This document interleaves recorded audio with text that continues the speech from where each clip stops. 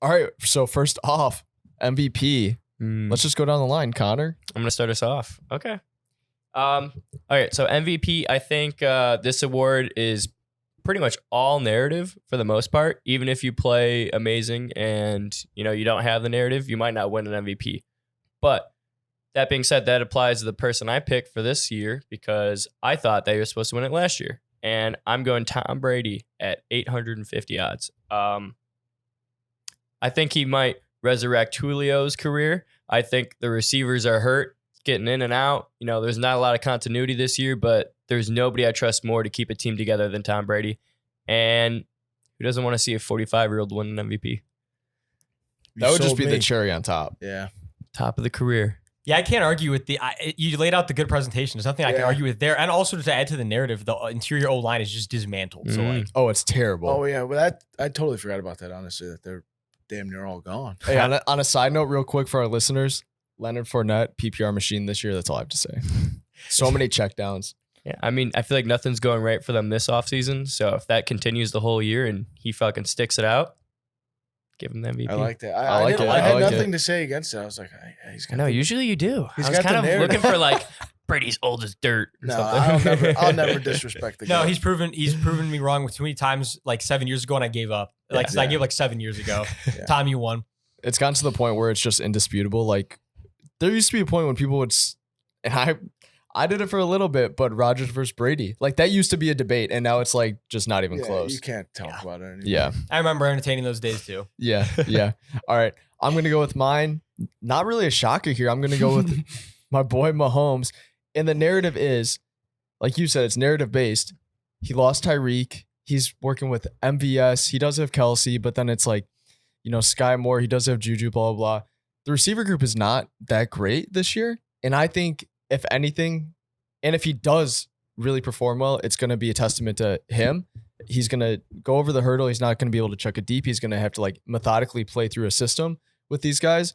And if they come out on top of the very daunting AFC West, I think he has to be like a shoo-in for it, to be honest. That's a good point. So these are a lot of hypotheticals, but I think if he's able to knock down all of these barriers, I think it's pretty easily going to happen, to be honest. And I was gonna say, I feel like any quarterback that like balls out and wins the AFC West. The AFC West.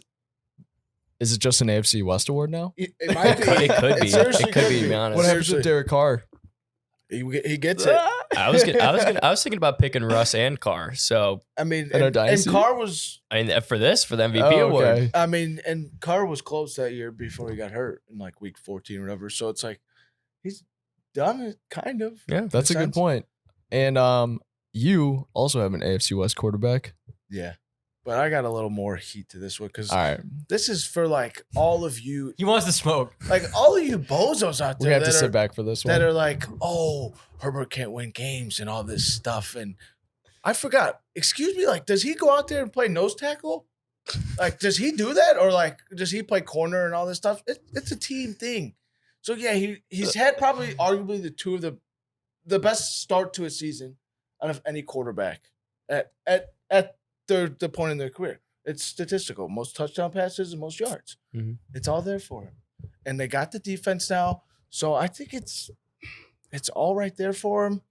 And it's Mike Willie, Keenan, but I will say if one of them goes down, it's like woo-hoo. Hey, I was telling Connor about this. Josh Palmer. Yeah, I do Bro, like Josh another Palmer. nice Yeah, side. I do like Palmer, but it's like one of those guys goes, and Mike Willie's kind of been injury bug, so it's like you got to stay healthy, and I think they will. And I have high hopes for the Chargers this year.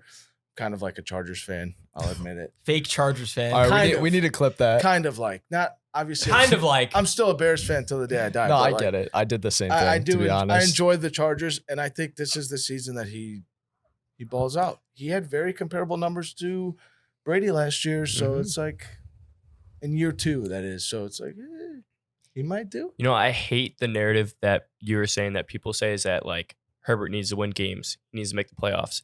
I mean, shit, when he got drafted there, he was picked number 6. So they were the 6th worst team in the NFL.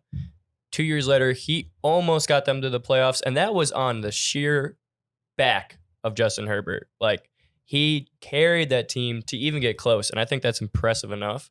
Like, I think there's chances and there's times when you can say, oh, he needs to prove it, he needs to win.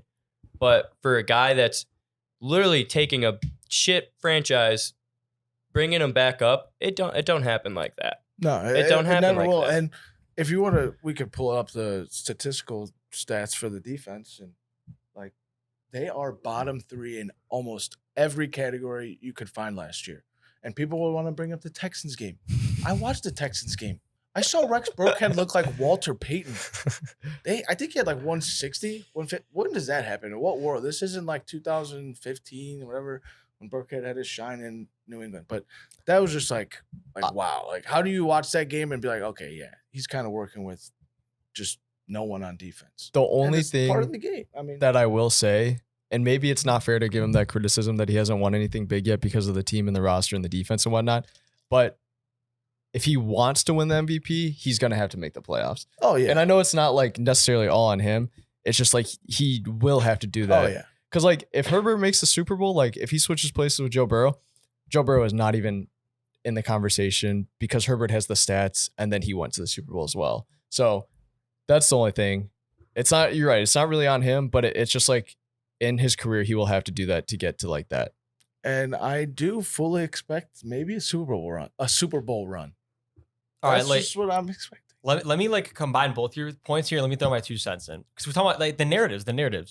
So So that was my point. It's narrative based. That's the Yeah. thing. Like to your point, Tyler.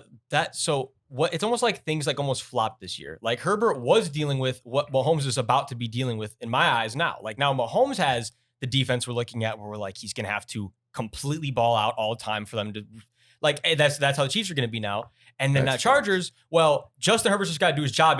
And we're expecting the defense to be awesome now. Not that but that's the difference too. Is we didn't used to expect the Chiefs defense to be awesome, but we knew that they in the big games they were going to hold their own, and that was what made them so lethal. Is that they were they were a dual head monster in those big games. Chargers now we expect them to be the same thing. But so the point is if Mahomes can ball out, still bring the Chiefs to the playoffs with that defense and have the same type of season as Herbert, I got to give Mahomes the edge on those. But now let me give you all my pick. Is there someone else that I think that we're talking about narratives? Narratives. This is very He fits into very it good well. Talking about the narrative-based. narratives. Yeah. Look, He fits man, into it. how about this? Aaron Rodgers goes does some ayahuasca like 2 seasons ago and comes back, wins 2 MVPs in a row with I'm not going to be disrespectful here, but besides Devontae, an incredibly subpar receiving core, and now you take Devontae away, and it's straight up subpar. And if he can go take them into a 1-2 seed position again, manage the clock beautifully, manage the game beautifully as he has, I see there's no way that anyone is going to be more valuable to their team than Aaron Rodgers this season. Yeah. That man, he was amazing, and he became even more amazing. And I think he seems like there's just not really a way to explain it, but he seems like there's a way to explain it. He seems incredibly grounded. He seems focused. I love the vibe I'm getting from there's A-Rod. very I love much- the vibe, A-Rod. There Let's is keep very it much going. an explanation for it. There is the explanation. There's an unexplainable explanation, Both- and that's the point. That's part of the reason. It's just he's got like that element to him now. He's got like a trick up his sleeve.